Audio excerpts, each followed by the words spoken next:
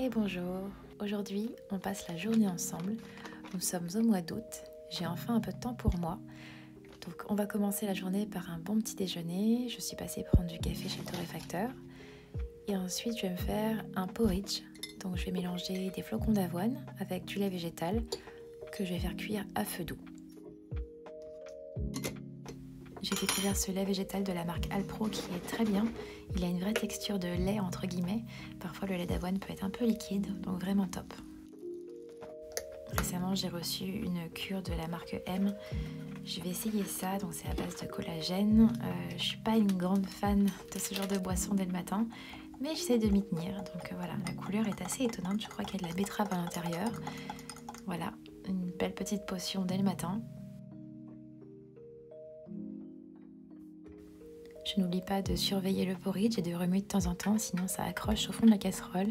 Et allez, je me lance, cuit sec.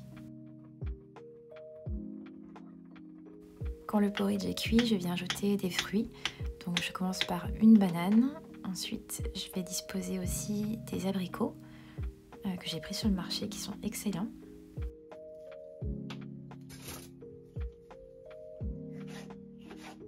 J'ai aussi acheté des myrtilles que j'ai conservées au frigo. J'avais bien lavé avant, j'avais vu ça sur Instagram, de bien laver tous les fruits et légumes avant de les mettre au frigo. Et c'est vrai que niveau conservation, c'est quand même beaucoup mieux. Donc quelques myrtilles. Et j'ajoute aussi une compote maison que j'ai fait à base de pêche. Ça, j'aime bien faire ça, ça me rappelle un peu ma grand-mère. Je prends des fruits sur le marché qui sont un peu abîmés, qui coûtent 3 fois rien. Et j'en fais des compotes et c'est vraiment trop bon. Là, j'ai mis un peu d'extrait de vanille, du sucre vanillé.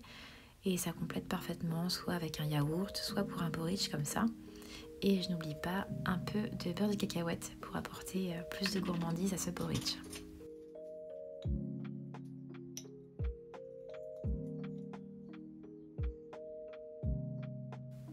Donc voici un bon petit déjeuner qui va me tenir au corps jusqu'à 12h-13h. Ça va être parfait pour la balade qu'on va faire ensuite. Donc un café, un porridge et de la lecture. J'essaye d'éviter le téléphone maintenant le matin.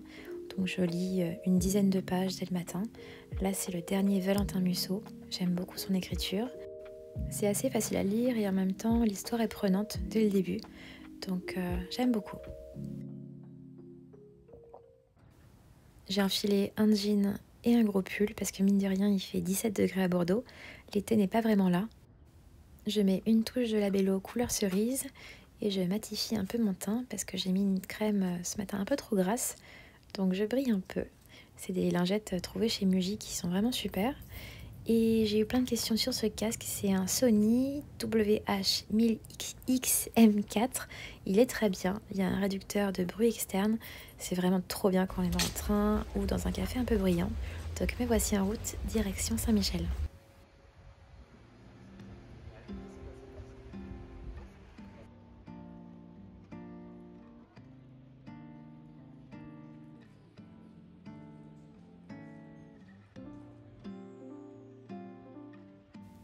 Donc nous voici arrivés rue Camille Sauvageau. C'est un endroit que j'aime beaucoup, avec des devantures colorées, anciennes, des pavés au sol. En ce moment, des centaines de cœurs décorent les rues.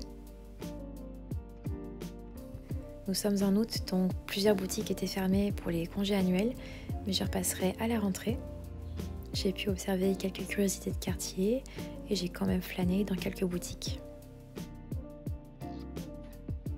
J'ai été attirée par cette jolie devanture végétale avec quelques touches de couleur. Nous voici à l'atelier 34, tenu par Chantal Quillec, qui est l'artiste de toutes ces choses colorées. Elle diversifie son art sur plein de supports. Si vous êtes dans le quartier, n'hésitez pas à y faire un tour. Ayez la curiosité de rentrer, c'est toujours très intéressant. Et en grande fan de carnet, vous imaginez bien que je suis repartie avec un petit quelque chose, je vous montrerai ensuite. Puis j'ai été rejoindre un ami au Tripleta pour boire un bon café. On s'est raconté nos aventures du mois de juillet, toujours assez intenses, donc je me rends compte que je parle beaucoup avec les mains. Et ensuite je me suis baladée encore un petit peu. Comme je n'ai plus de vélo, si vous avez suivi un peu mes aventures, on m'a démonté ma roue arrière. Et il y a de très grandes semaines de réparation, d'attente pour la roue. Donc je suis à pied. C'est pas plus mal parce que j'aime beaucoup me balader. Donc nous voici rue du Loup. la glycine envahit tout, c'est magnifique. Et ce midi, on va déjeuner au Cheverus, qui a été repris il n'y a pas si longtemps que ça. La carte a changé et c'est très bien. Donc voici pour la carte du midi, des choses très simples. On a pris saucisse purée et en dessert un moelleux au chocolat et des abricots rôtis. Après le déjeuner, j'ai été faire un peu de shopping. Je suis passée chez Chamad, j'ai été attirée par ces pochettes fleuries et j'ai ensuite été place Péberlan pour voir les bouquinistes. J'aime toujours y faire un tour, on ne sait jamais si je trouve un roman ou deux, mais aujourd'hui ce sont les cartes anciennes qui m'ont attirée, dont j'en ai acheté quelques-unes. Je vous montre mes petits achats en rentrant à la maison.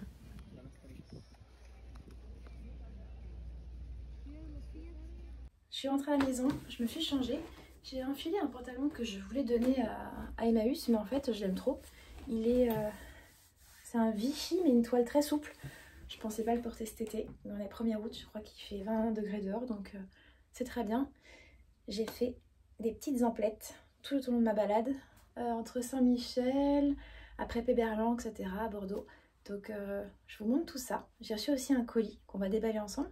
J'ai envie de commencer des petites choses nouvelles dans mes carnets, et ça va me servir, je pense. Alors on commence par la pochette fleurie, trouvée chez Chamad, rue du Loup. C'est une boutique dépôt-vente qui a plein de bijoux, donc je vous conseille d'y faire un tour, les prix sont très raisonnables. Ensuite, voici ce que j'ai trouvé à l'atelier 34, rue Camille Sauvageau, donc tenu par Chantal Guillec, l'artiste qui peint, qui sculpte et qui fait aussi des petits carnets. Donc j'ai trouvé celui-ci avec 2 visages sur chaque face. Je trouvais ça assez poétique.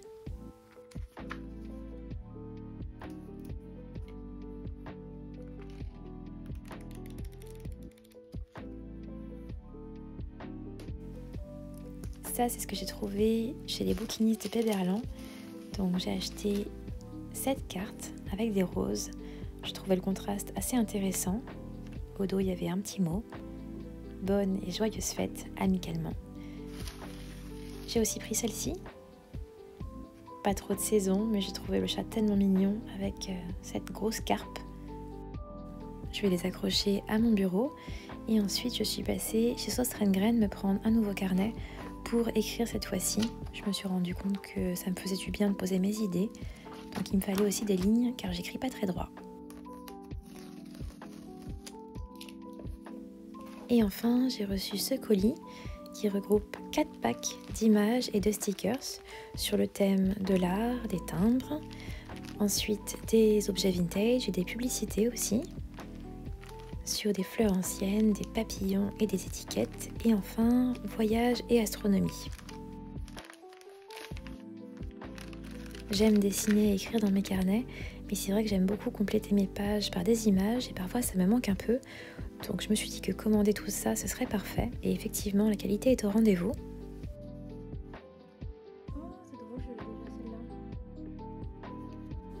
Alors il y a de nombreuses illustrations imprimées, mais il y a aussi des stickers, donc des champignons, des fleurs séchées, des étiquettes.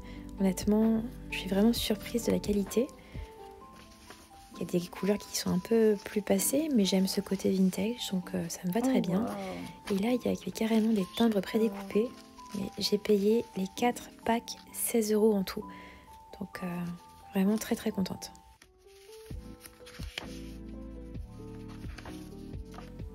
Je me resserre un peu de rooibos de chez Muji et on enchaîne avec le prochain pack. Alors ce pack a pour thème le voyage et l'astronomie. Donc il y a des cartes du monde. J'imagine très bien coller tout ça pour un carnet de voyage à l'étranger. Ça compléterait vraiment des pages. Donc honnêtement, je suis très contente de la quantité et de la qualité. Donc j'ai dépensé 16 € et je vous montrerai prochainement les 2 autres packs. Dans tous les cas, ils apparaîtront assez rapidement dans mes carnets. Ça, ce sont des lunes, des petites cartes un peu transparentes. D'ailleurs, je vous montre ce que ça donne sur papier. J'ai collé un papillon. Les couleurs sont très réussies. Et j'ai aussi mis un tableau de Van Gogh, un bord de mer.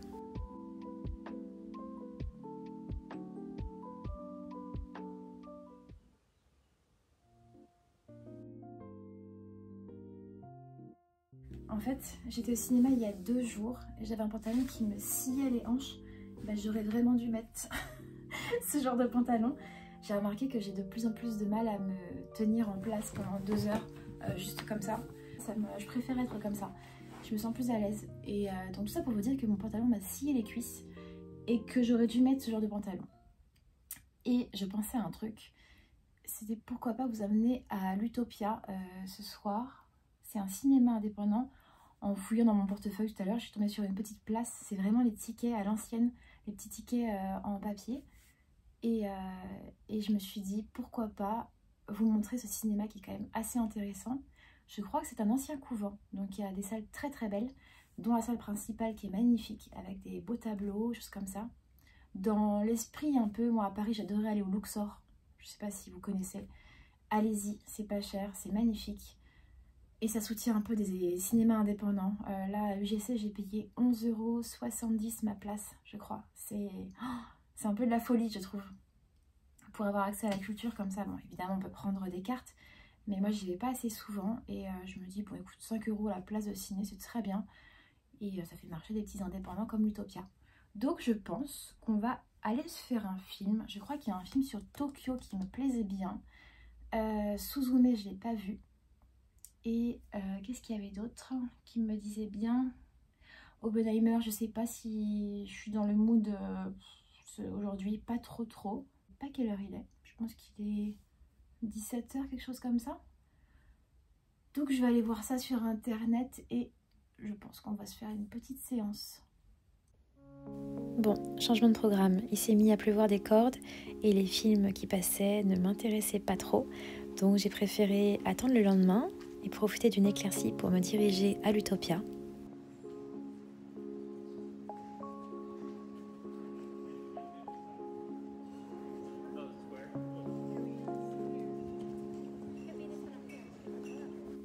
Donc nous voici arrivés. L'Utopia est un cinéma indépendant installé dans une ancienne église qui a gardé tout son charme. Alors n'hésitez pas à rentrer par curiosité, c'est vraiment magnifique. Si vous n'avez pas le temps pour un film, vous pouvez vous installer pour un petit café à l'intérieur ou en terrasse au soleil.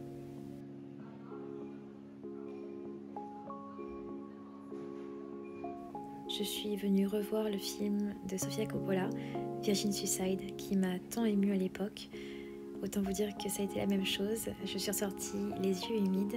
La bande-son de R m'a rappelé plein de bons souvenirs. J'espère que ce vlog vous aura plu. Je vous souhaite un très bel été et à bientôt.